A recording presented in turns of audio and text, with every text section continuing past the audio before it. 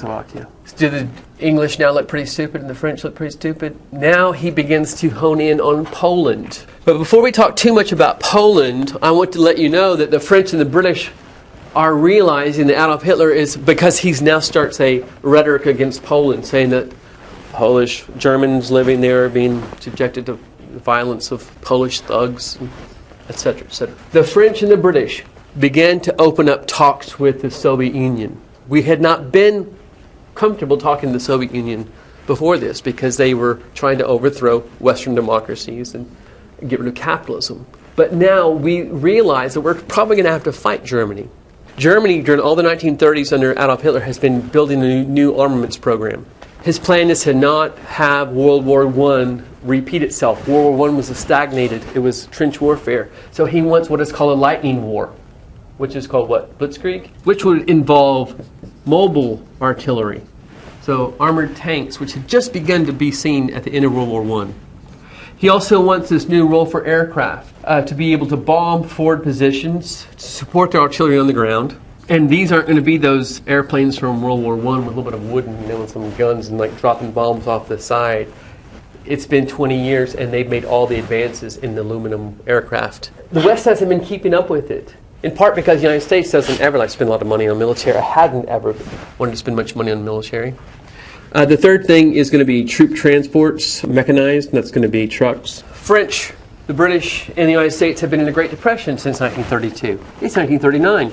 They've not built an armaments program. They've fallen behind.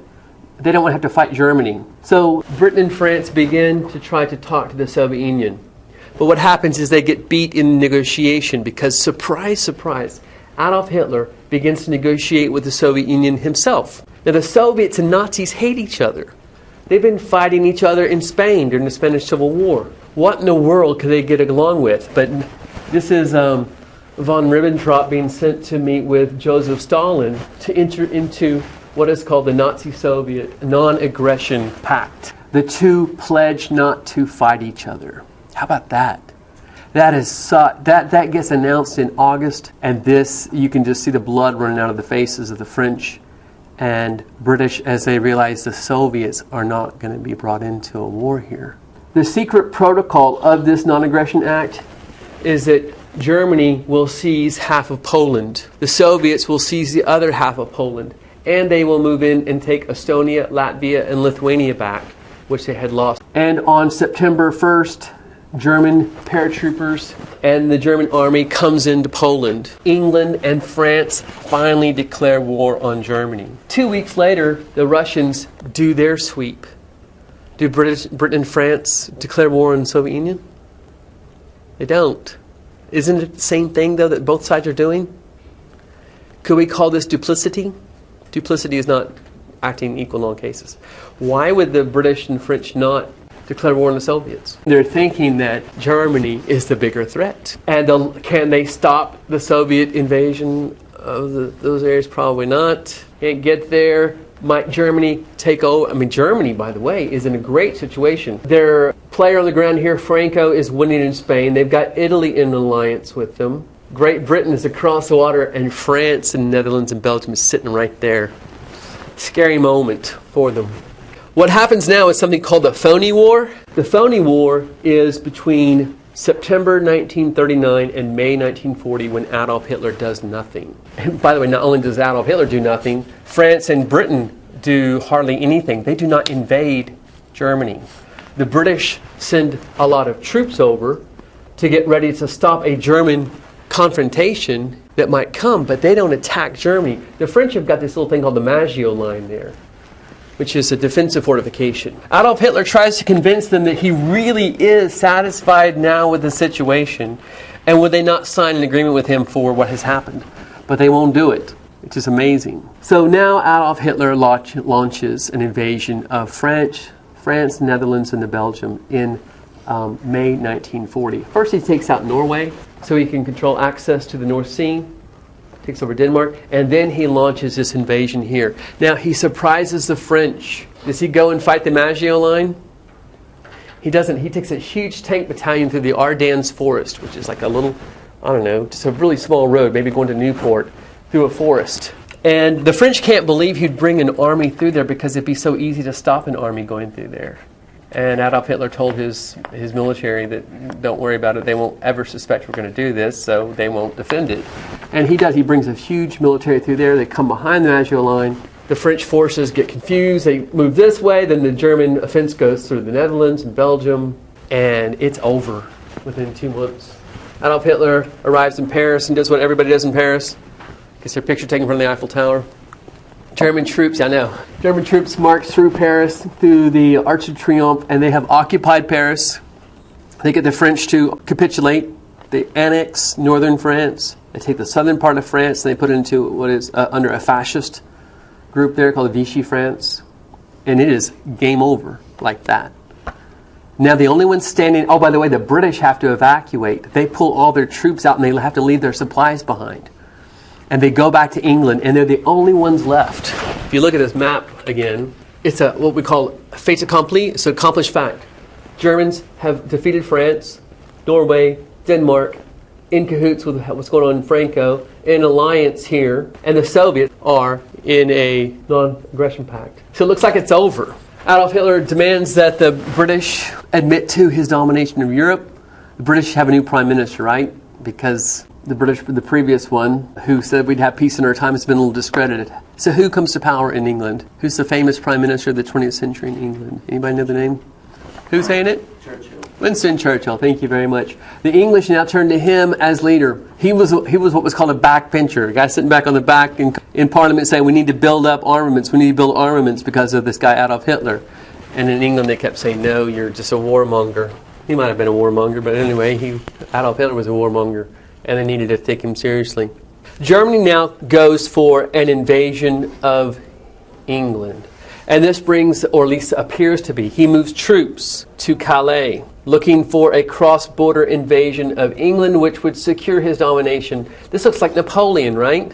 I don't know if y'all know this, back in 1805. This leads to your next ID, finally. Over here in America, we're watching things unfold, and we go, what do America firsters say?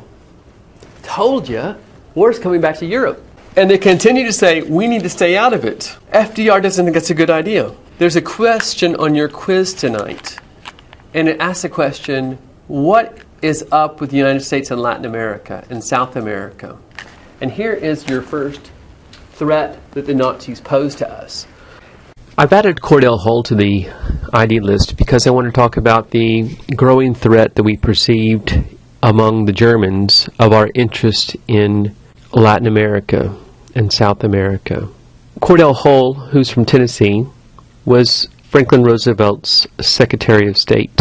And what Cordell Hull became increasingly concerned about during the Depression was the ability of Germany in the latter part of the 1930s to make headway among the Latin American and South American markets by doing these block grant trades. The Germans would trade advanced equipment for raw commodities.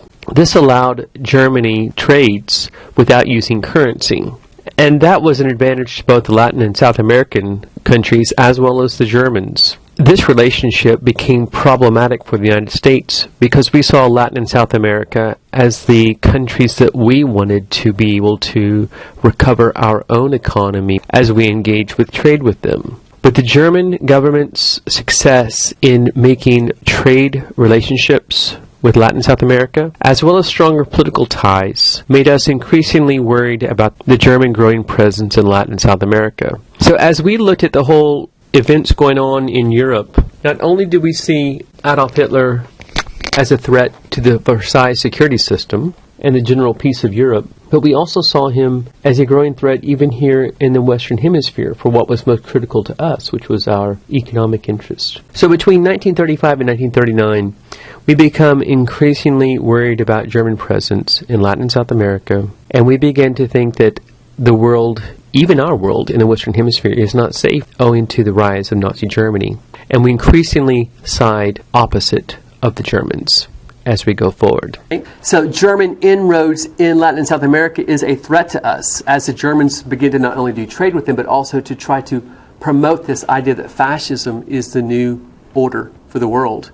and it will bring order and stability. We're threatened by this in Washington, but in main heartland part of America, we don't necessarily see this as a legitimate threat.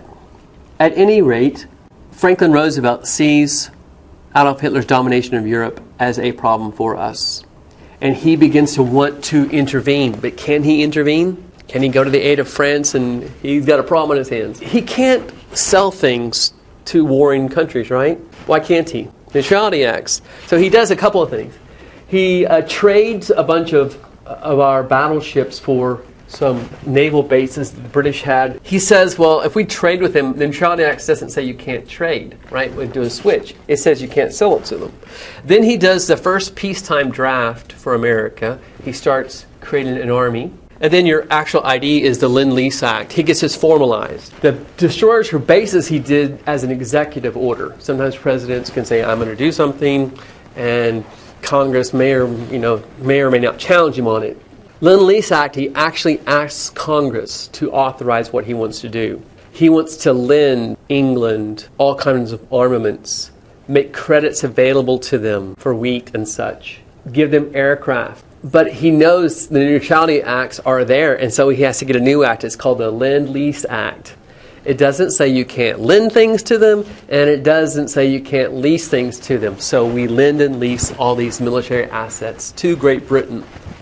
We did it to France, too, before they fell. It's going to be good for our economy. He can argue that. And we want Britain to stand.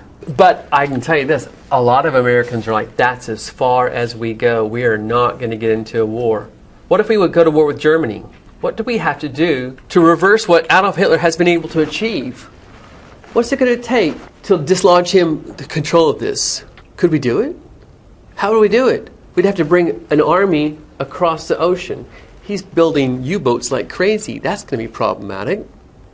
You're going to have to do a landing here. He's fortifying the coast. That's going to be problematic. How many men are we talking about to pull this off? I want to tell you something else too. He's raised armies in every country he's taken over. Norway, he raises Norwegian armies. Norwegians come volunteer for his army because they see the Nazi Third Reich as the new system. And they're going to get on board. He raises armies in France and Belgium. How many men would it take for America to defeat Nazi-held Europe? Is there any way we can do it? It doesn't look like it. So Lend-Lease is as far as we can go. Now what happens is England experiences what is called the Blitz.